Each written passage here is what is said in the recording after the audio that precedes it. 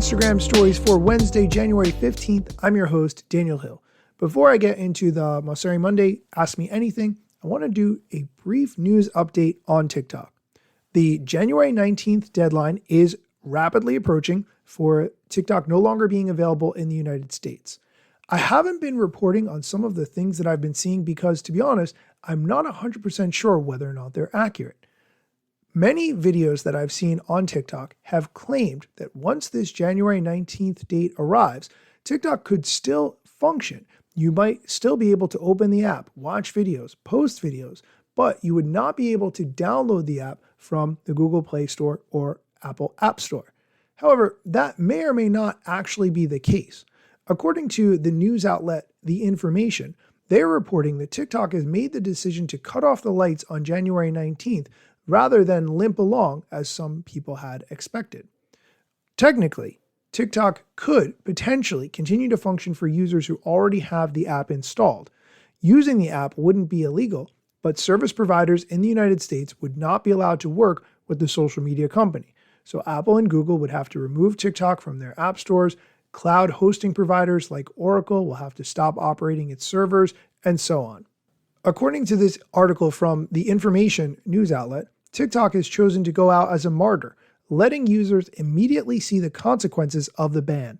A pop-up in the app will reportedly give users more info about why the app they know and love is no longer functioning. If the TikTok app is 100% no longer accessible, you may, ahead of time, want to download all the content that you've made on TikTok and the content that you've really enjoyed. There is an excellent guide on lifehacker.com to how to download your likes, favorites, and follows, basically preserving everything you love on TikTok while you still can. I will link to that guide in the show notes so you can check it out if you want to do that. If you've been on TikTok in the last few days, I personally can attest that it has been showing me better content than it has in a really long time. Every video I've seen is fantastic, but it could just be my own personal desperation. It reminds me of the feeling that I had when Napster was shut down back in 2001, and it was that last few hours of desperation to download as many MP3s as I possibly could before the service was no longer available. Okay, we're going to take a quick break. When we come back, the head of Instagram is going to answer a lot of questions, so stay tuned. Welcome back. Let's dive into the questions and answers from the head of Instagram, Adam Mosseri, from his recent Ask Me Anything.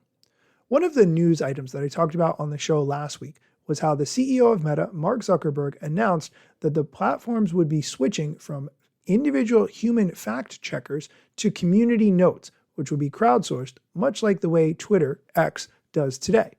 The first question, how will community notes work? The basic idea with community notes is to move away from third-party fact checkers, which are organizations that we pay, and move towards a more moderator-based system where people sign up to add context to posts in order to make sure that people can make educated decisions about what to believe and what not to believe. It's very contentious, I understand that, but broadly speaking, the third-party fact-checking program has been difficult to manage. It's been overly political in nature and what it decides to check and how it checks. We're hoping that community notes, which obviously Twitter pioneered, are going to be a better, more reasonable, more sustainable long-term solution. And so we're working quick to bring it to Instagram and to Facebook and to Threads.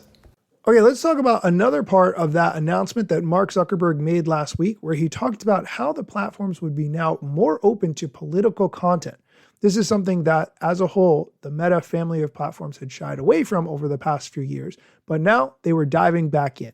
Here's the answer to the question, if I do not want political content in my feed, will there be an easy way to hide it? Here's Adam's answer.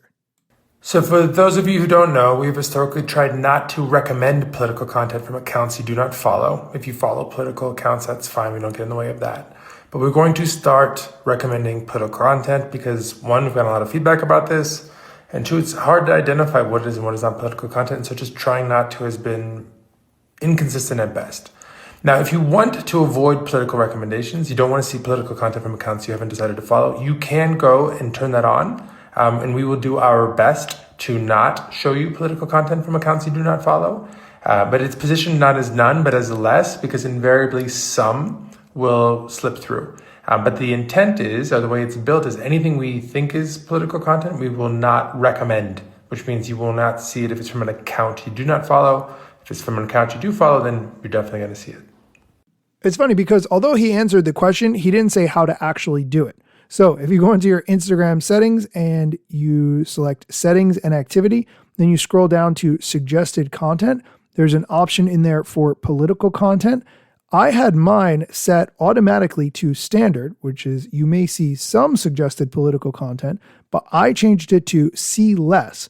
When Instagram recognizes political content, they will not suggest it to me. Of course, if you like political content, you have the option for see more. Political content will be suggested to you like any other content. So those are your options. Definitely make sure that it is set appropriately for how you want to use Instagram. Okay, let's go on to a question that has to do with one of the most confusing things about Instagram. Pop quiz. How long is the maximum amount of time a reel can be?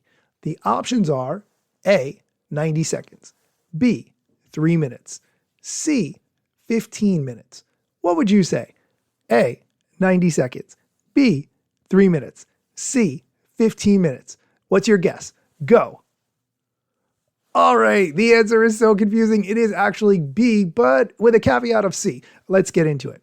First, if you open up the Instagram app and you go to make a new post and you want to make a new reel, within the Instagram app, you can only make a reel up to 90 seconds. Now, if you want a reel to be longer than 90 seconds, you can just create it in a different app. For instance, you could create it in CapCut or TikTok or whatever other video editing app you use. And then you can open up Instagram, go to the create a new post, select reels, and select the video that you made up to 3 minutes. Now, what if you want to post a video that's longer than 3 minutes? What if you want it to be a 10-minute video or even a 15-minute video, because that is the max? Well, good news, you can actually do that by creating a post, not a reel, but a post. And it will be a video, it will be a reel technically, but it will be much longer. That is just incredibly confusing and very poorly designed. If you think I'm joking, here's the head of Instagram explaining this. The exact question he got, why can't I post 3-minute reels anymore? Now you know the answer. You, of course, can. So you can still post videos that are more than 3 minutes long. You just have to go through the post flow instead of the reel flow. That is a little confusing though, I know, but it does still exist. In general, we need to simplify things. Right now, if a video is over 90 seconds, it will not be recommended. It'll still show up in people's feeds of those who follow you, but we will not show it to people who do not follow you. The reel max length and the post max length are also different, so we got to clean that all up. But if you have something that's over 3 minutes long and you want to post it, you can use the post flow. I sincerely hope that there's a UX person at Instagram working on this problem, maybe even a team of UX people, because this really needs to be addressed. We are going to take a quick break. When we come back, we're going to continue with the question and answers. We're going to talk about reach and what to do with Reels, templates, and broadcast channels, and a whole lot more. So stay tuned. Welcome back. Continuing with the questions and answers, the next one.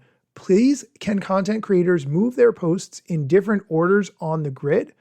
This is something that is needed. You can pin things, of course, but that's not really the best way because you might want to shuffle those pins around and it's not a great experience.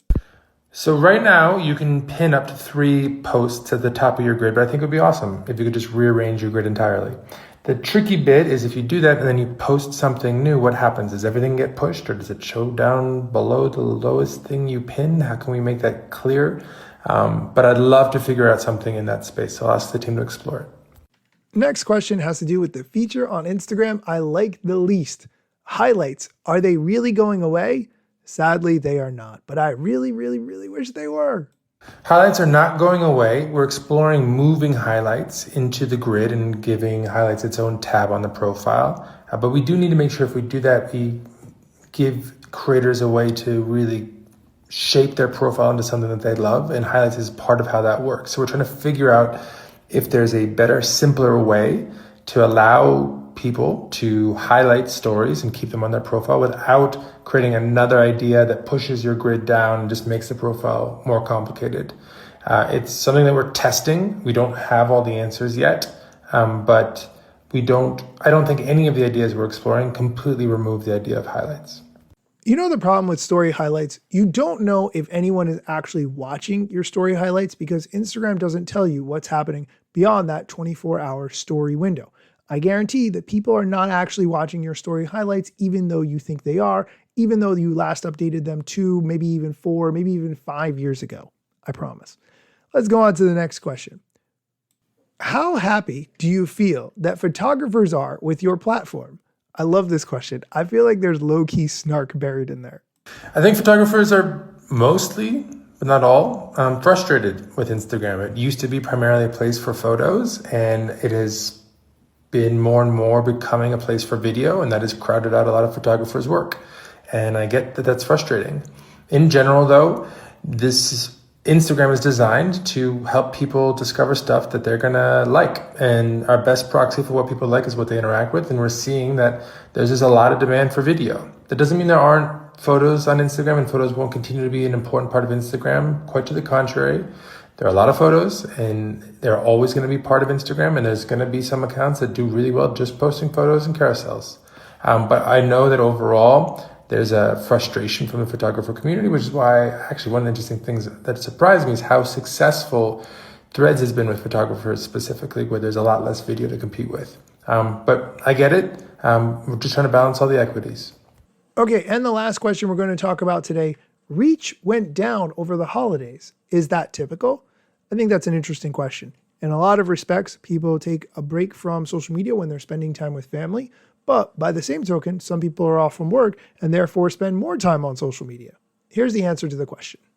It's pretty normal. In general, when there is more content to see, people do consume more, but not proportionally. So if we see content jump by 20%, let's say, over the holidays, I'm making numbers up now, because people are posting more, the amount of content people consume might only go up by 5 or 10%. And so as a result, when there are spikes in how much inventory there is, how much content is shared on Instagram, the average reach will go down. Though in practice, it will go down more for some and up for others.